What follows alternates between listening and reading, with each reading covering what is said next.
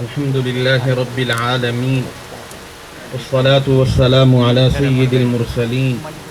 محمد وعلى آله وأصحابه أجمعين أما بعد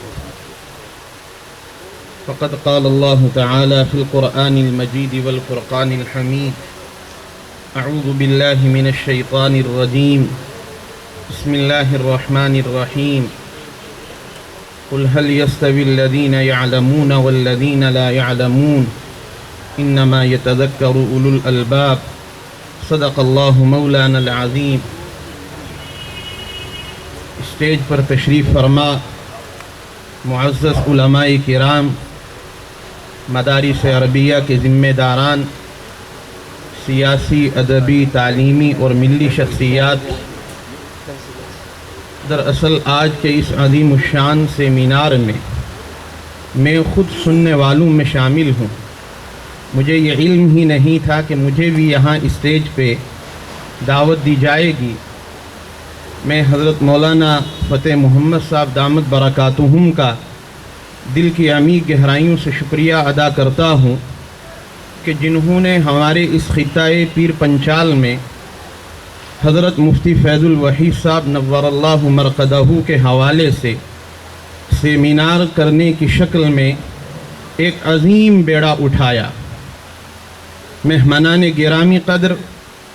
حضرت مفتی صاحب رحمہ اللہ کی شخصیت اور آپ کے حوالے سے کچھ کہنا سورج کو چراغ دکھانے کے مانند ہے۔ یکم جون کا دن جس طریقے سے آپ کے لیے دکھ بھری خبر لایا تھا، میری اپنی زندگی کے لیے بھی حضرت مفتی صاحب رحمہ اللہ کا سانحہ یقیناً وہ کسی بڑے حادثے اور سانحے سے کم نہیں تھا۔ گھنٹوں ان کے ساتھ تعلیمی اور ریاست کی تعلیمی منصوبہ بندی کے حوالے سے، مدارس عربیہ کے ساتھ ساتھ علوم عصریہ کے حوالے سے سرمائی راجدھانی جموں میں بیٹھ کر اس درویش خدا کے پاس درجنوں ایسی چٹائیاں گواہ ہیں کہ جہاں حضرت کے پاس بیٹھ کر تعلیم کے حوالے سے دیر رات تک بھی اس ناچیز کو مشاورت کرنے کا موقع ملا۔ حضرت مفتی صاحب رحمہ اللہ کو مرکز المعارف جیسے ادارے میں درس نظامی کے حوالے سے ایک اہم شخصیت قرار دیا گیا، لیکن میں ذرا مدارس عربیہ سے ہٹ کر یہ کہنا چاہوں گا کہ حضرت مفتی صاحب رحمہ اللہ کا تعلق صرف مدارس عربیہ سے نہیں تھا، بلکہ میری نظر کے اندر حضرت رحمہ اللہ ایک انقلابی اور ایک آفاقی شخصیت کے مالک تھے۔ میں نے اننت ناگ میں دیکھا، شوپیان میں دیکھا، شمالی کشمیر کے سرحدی اضلاع میں دیکھا، اپنے خطۂ پیر پنچال میں دیکھا، ایون کہ میں نے حضرت سے مکہ مکرمہ اور مدینہ منورہ میں جب بھی ملاقاتیں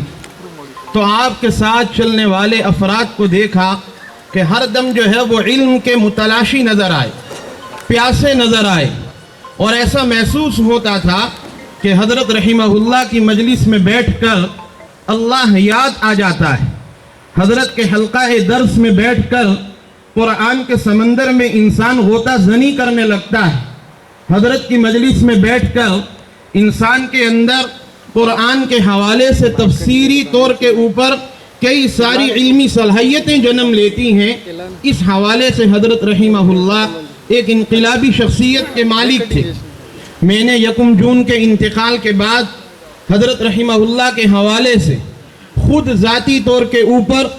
ریاستی سطح کے اوپر جموں کشمیر کے سارے علماء کو جوڑ کر جموں اور سری نگر دونوں راجدھانیوں میں سیمینار کرنے کا بیڑا اٹھایا تھا۔ لیکن جب میں مرکز المعارف کے ادارے میں وہاں کی انتظامیہ سے ملا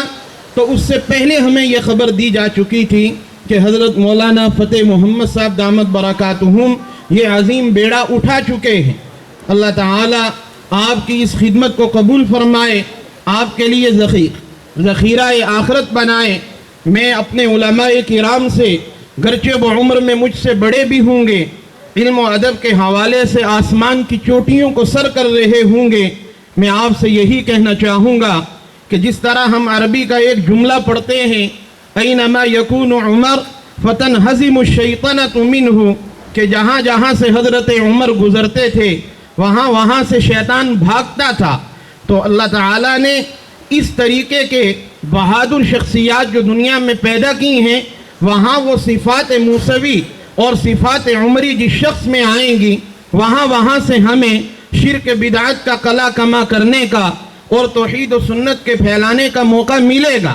آپ تمام سے میری یہ گزارش ہے کہ حضرت کے مشن کو آگے بڑھائیے۔ اور حضرت کا مشن کیا تھا یہ بھی سمجھیے۔ حضرت کا مشن یہ تھا کہ جو بھی جدید عالم دینی ادارے کا قیام عمل میں لائے گا، جو بھی جدید عالم عصری درسگاہ کی سنگ بنیاد ڈالے گا، جو بھی جدید اور فارغ ترین عالم کسی خانقاہ کی بنیاد ڈالے گا، جو بھی جدید اور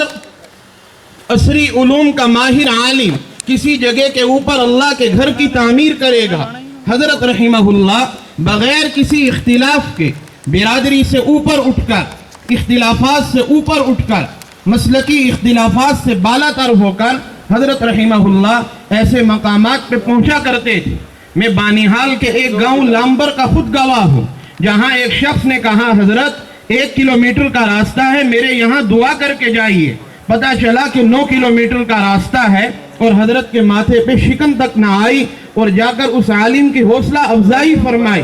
اس لیے جو جدید علماء فارغ ہو کر آ رہے ہیں، میری آپ سب سے یہ گزارش ہے کہ ان کے کندھوں پہ ہاتھ رکھیے، ان کی پشت پناہی کیجئے، ان کی حوصلہ افزائی کیجئے اور ان کو میدان دیجئے، اور اگلے 10 سال کا ایک ٹارگیٹ اپنے خطے میں مقرر کیجئے۔ آپ کو معلوم ہوگا کہ راجوری اور پنچ میں کس طریقے سے اللہ کا دین کس شکل کے اندر اپنی ترقی کو جو ہے وہ چھوتا چلا جائے گا۔ یہ حضرت رحمہ اللہ کی ایک انقلاب آفرین شخصیت کا ایک پہلو تھا جو میں نے آپ کے سامنے جو ہے وہ اجاگر کرنے کی کوشش کی ہے۔ میری مادر علمی جامعہ اسلامیہ عربیہ ضیاء العلوم کے استاد حدیث حضرت مولانا حافظ ریاض میر صاحب دامت برکاتہم کے حضرت کے حوالے سے چند اشعار ہیں جن کو پڑھ کر میں آپ سے اجازت چاہوں گا، جو آپ نے آپ کے انتقال پر کہے تھے کہ آنکھ پرنم دل حزین اور مضطرب فکر و خیال۔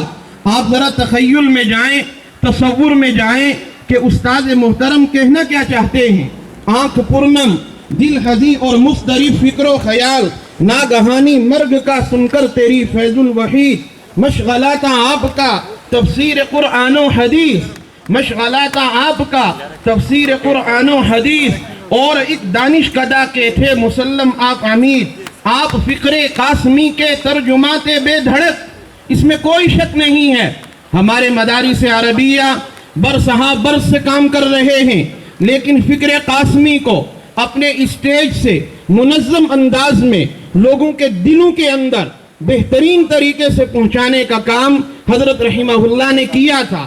آپ فکر قاسمی کے ترجمات بے دھڑک اور خائف آپ سے تھا کل جبار عنید، آپ کی سحر البیانی، آپ کا طرز خطاب، آپ کی سحر البیانی، آپ کا طرز خطاب، جو بھی سنتا آپ کو کہتا تھا وہ حل من مزید، رہبران قوم ملت کے چلے جانے سے یوں، رہبران قوم ملت کے چلے جانے سے یوں لگ رہا ہے جیسے سر پہ آ گیا یوم الوعید۔ وہ دن 1 جون ہمارے لیے یوم الوعید تھا اور ہمیں ایسا لگ رہا تھا کہ ہمیں محروم کر دیا گیا ہے۔ داعیان اہل حق میں آپ کا تھا وہ مقام، جس طرح لذت بھری کھانوں میں ہوتا ہے سرید۔ اور آخری شعر، آپ کے حسن عمل پر ناز تھا سب کو ریاض، آپ کے حسن عمل پر ناز تھا سب کو ریاض، کیوں نہ ہو کہ آپ تھے کشمیر کے در فرید۔ اللہ تعالیٰ نے آپ کو در فرید بنایا تھا۔ ایک آخری بات کہہ کر اپنی بات کو ختم کروں گا۔ پڑوسی ملک پاکستان میں ایک شخص نے آپ علیہ الرحمہ پہ پی ایچ ڈی کی ہے، تو میں ان کی تحقیق پڑھتے پڑھتے جب اس نتیجے پہ پہنچا کہ ایک جگہ کے اوپر وہ صاحب غلطی کر رہے ہیں، اور انہوں نے لکھا ہے کہ حضرت مفتی فیض الوحید صاحب رحمۃ اللہ علیہ کے خاندان میں کوئی لکھی پڑھی شخصیت اس سے پہلے علمی طور کے اوپر عالمانہ شکل میں پیدا نہیں ہوئی تھی۔ تو میں نے اس شخص کا ایڈریس نکالا اور پڑوسی ملک کے اس شخص تک ای میل کے ذریعے سے وہ پیغام پہنچانے کی کوشش کی، اور ان کو یہ لکھا کہ سب سے پہلے جو ہے اس بات کی تحقیق کر لی جائے حضرت مفتی فیض الوحید صاحب رحمۃ اللہ علیہ کے سگے ماموں حضرت مولانا فیض الحسن صاحب نور اللہ مرقدہ دارالعلوم دیوبند کے اجلاء اساتذہ میں سے تھے، جن کی محنتوں کے نتیجے میں آپ دیوبند پڑھنے کے لیے پہنچے تھے۔ اس لیے ان چیزوں کی صراحت بہت ضروری ہے۔ اس کے لیے حضرت مولانا فتح محمد صاحب دامت برکاتہم قابل مبارکباد ہیں کہ علمی طور پر ریاستی سطح کے اوپر ایک کمیٹی تشکیل دی جائے کہ جہاں بھی دنیا میں حضرت کے حوالے سے مواد تحریری طور کے اوپر لایا جائے، وہاں پر اس پہ روک ٹوک کرنے والے، گہری نظر رکھنے والے، کانٹ چھانٹ کرنے والے، قطر و بیونت رکھنے والے اور ایڈیٹنگ کے سارے کاپی رائٹ ایکٹ کے تحت حقوق رکھنے والے افراد کی کمیٹی موجود ہو کہ جہاں بھی یہ مواد آئے گا وہ تحقیق کے ساتھ جو آگے پبلش بھی ہوگا اور نشر بھی ہوگا۔ انہی باتوں کے ساتھ میں آپ سے اجازت چاہوں گا، کچھ دیر کے لیے میں آپ کے درمیان حائل ہوا ہوں، میں خود سامعین میں ہوں اور ہم نے اپنی بڑی شخصیات کو سننا ہے۔ اللہ تعالیٰ آپ کی آمد کو شرف قبولیت بخشے اور اللہ کرے کہ یہ سیمینار ایک عالمی اور ریاستی اور ملکی سطح کا سیمینار آنے والے وقت کے اندر انقلابی شکل میں ثابت ہو۔ بہت بہت شکریہ۔ والسلام علیکم ورحمۃ اللہ وبرکاتہ۔